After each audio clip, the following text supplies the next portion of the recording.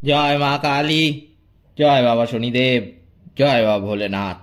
তো নমস্কার বন্ধুরা, আজকে আমরা আলোচনা করতে চলেছি বৃশ্চিক রাশি বা লগ্নের জাতক জাতিকাদের 23 এপ্রিল 2025 থেকে 29 এপ্রিল 2025 পর্যন্ত সময়টা কেমন কাটবে, কোন কোন বিষয়ে সতর্ক থাকতে হবে বৃশ্চিক রাশি বা লগ্নের জাতক জাতিকাদের, এছাড়াও কোন কোন বিষয়ে অত্যন্ত বেশি সফলতা পাবে এই বৃশ্চিক রাশি বা লগ্নের জাতক জাতিকারা, সবই কিন্তু আলোচনা করতে চলেছি আজকের এই ভিডিওটিতে। তাই জন্য আপনাদের কাছে অনুরোধ করব প্রথমেই যে ভিডিওটিতে অবশ্যই একটি লাইক, একটি শেয়ার এবং আমার ছোট্ট চ্যানেলটিকে কিন্তু সাবস্ক্রাইব করতে ভুলবেন না এবং কমেন্ট বক্সে কিন্তু অবশ্যই জানাবেন জয় মা কালী। মা দক্ষিণা কালী আপনাদের সকল প্রকার দুঃখ বিপদের হাত থেকে কিন্তু রক্ষা করবেন। তো চলুন আজকের ভিডিওটা শুরু করা যাক। যেটা দেখা যাচ্ছে বৃশ্চিক রাশি বা লগ্নের জাতক জাতিকাদের কিন্তু 23 এপ্রিল দিনটা শুরু হবে চন্দ্র মকর রাশিতে অবস্থান করার ফলে, যা আপনার তৃতীয় ঘরে কিন্তু থাকবে।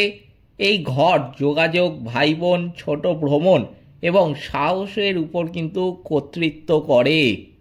আপনি আপনার মনের কথা বলার জন্য আবেগগতভাবে আগ্রহী কিন্তু হতে পারেন। আপনি ছোট কিন্তু গুরুত্বপূর্ণ পদক্ষেপও নিতে পারেন। চন্দ্র নবম ঘরকে দৃষ্টি দিচ্ছে, এটি আপনার বিশ্বাস, দূর দূরান্তের বিষয় এবং নির্দেশনা কিন্তু তুলে ধরবে। পরামর্শদাতা বা পরিবারের প্রবীণদের সাথে কথোপকথন কিন্তু সহায়ক হবে। ধারণা প্রকাশ এবং চিন্তা ভাবনা সংগঠিত করার জন্য এটি কিন্তু বৃশ্চিক রাশি বা লগ্নের জাতক জাতিকাদের জন্য অত্যন্ত ভালো সময় হতে চলেছে। আপনার আবেগপ্রবণ সিদ্ধান্ত একদমই কিন্তু এড়িয়ে চলা উচিত। এই আবেগপ্রবণ সিদ্ধান্ত যত কম নেবেন, যদি না নিতে পারেন একদমই, আমি কিন্তু বলবো যে অত্যন্ত মঙ্গল হবে আপনাদের জন্য। আবেগপ্রবণ সিদ্ধান্ত নেওয়ার থেকে যতটা পারবেন কিন্তু তাই জন্য বিরত থাকবেন। 23 এপ্রিল মধ্যরাতের দিকে চন্দ্র আপনার চতুর্থ ঘরে কুম্ভ রাশিতে কিন্তু প্রবেশ করবে। বাড়ি, সম্পত্তি এবং মানসিক স্থিতিশীলতা সম্পর্কিত বিষয়গুলি আপনার কিন্তু দৃষ্টি আকর্ষণ করতে পারে। আপনি হয়তো একাকিত্ব বা আরাম চাইবেন। আপনার পারিবারিক দায়িত্ব পালনেরও কিন্তু প্রয়োজন দেখা যাচ্ছে। চন্দ্র দশম ঘরে দৃষ্টিপাত করছে। কাজ এবং বাড়ির ভারসাম্য বজায় রাখার ক্ষেত্রে আপনার কিন্তু চাপ বাড়বে। আপনার পেশাগতভাবে কিছু অর্জনেরও কিন্তু প্রয়োজন হতে পারে। আপনার পারিবারিক উদ্বেগগুলিও পরিচালনা করা উচিত। আপনার কেন্দ্রীভূত থাকার চেষ্টা করা উচিত, বিশেষ করে পরিবারের সাথে আপনার লেনদেনের ক্ষেত্রে।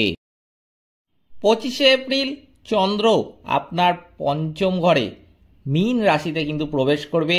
এই গোচর আপনার সৃজনশীলতা, সন্তান, প্রেম এবং ব্যক্তিগত আনন্দের উপর কিন্তু মনোযোগ আকর্ষণ করবে।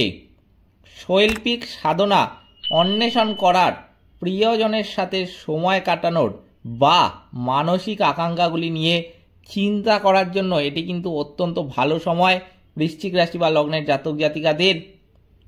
চন্দ্র একাদশ ঘরে কিন্তু দৃষ্টিপাত করছে, সেই জন্য এটি আপনার বন্ধুদের সাথে সংযোগ এবং আপনার বৃহত্তর সামাজিক নেটওয়ার্ককে সমর্থন করবে। আপনি দলগত কার্যকলাপে সান্ত্বনা কিন্তু পেতে দেখা যাচ্ছে। আপনি অন্যদের সাথে একটি লক্ষ্যের দিকেও কিন্তু কাজ করবেন। আবেগ হালকা বোধ করতে পারেন।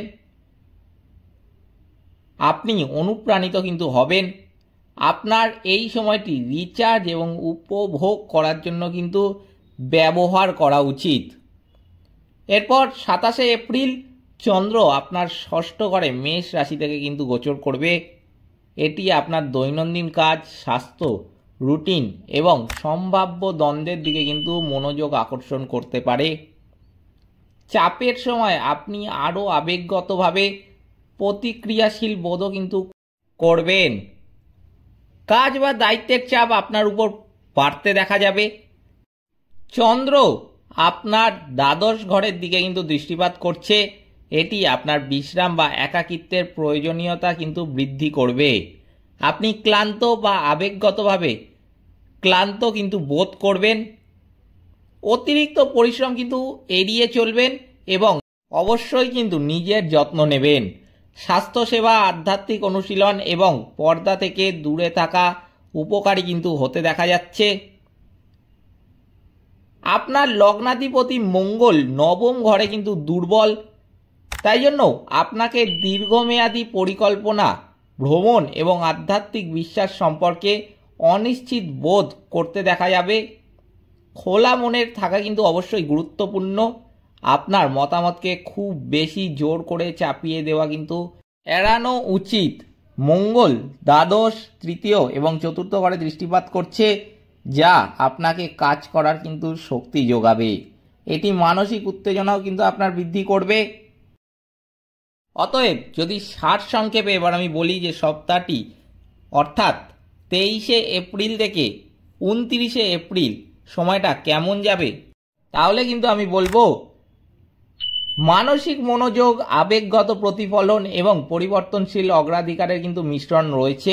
চন্দ্র গুরুত্বপূর্ণ ঘরগুলির মধ্যে দিয়ে কিন্তু গমন করবে।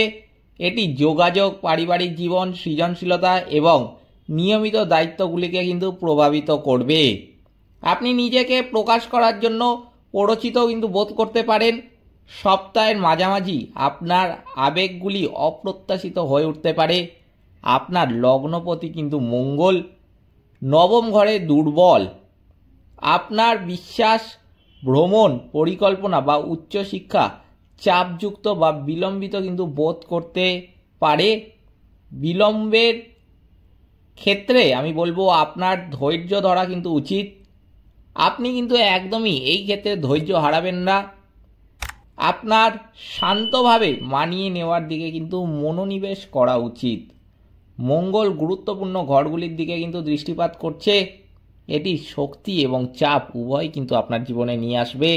আপনার অভ্যন্তরীণ ভারসাম্য বজায়ও রাখতে হবে।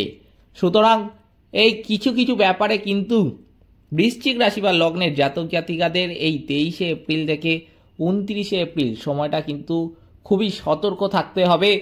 সেই কথাগুলো যেগুলো আমি বললাম সেগুলো কিন্তু মাথায় রেখে অবশ্যই চলতে হবে, তবেই কিন্তু তাদের মঙ্গল হবে। কিছু ব্যাপারে আমি তো বলেই দিয়েছি যে সতর্ক আপনাকে থাকতেই হবে এই সপ্তাহে, কারণ সব দিক দিয়ে যে বৃশ্চিক রাশি বা লগ্নের ভালো যাবে তা কিন্তু একদমই নয়। যেগুলো ভালো দিক সেগুলো আমি বলেই দিলাম। এই ছিল আজকের ভিডিওটিতে অবশ্যই একটি লাইক, একটি শেয়ার এবং আমার ছোট্ট চ্যানেলটিকে কিন্তু সাবস্ক্রাইব করতে ভুলবেন না, এবং সাবস্ক্রাইব করে কিন্তু পাশে থাকা বেল আইকনেও ক্লিক করে দেবেন, যাতে জ্যোতিষশাস্ত্র সম্পর্কিত গুরুত্বপূর্ণ ভিডিও আপনার কাছে দ্রুত পৌঁছে যায়। এবং কমেন্ট বক্সে কিন্তু অবশ্যই লিখবেন জয় মা কালী, মা দক্ষিণা কালী আপনাদের সকল প্রকার দুঃখ ও বিপদের হাত থেকে কিন্তু রক্ষা করবেন। সকলে ভালো থাকবেন, সুস্থ থাকবেন। নমস্কার।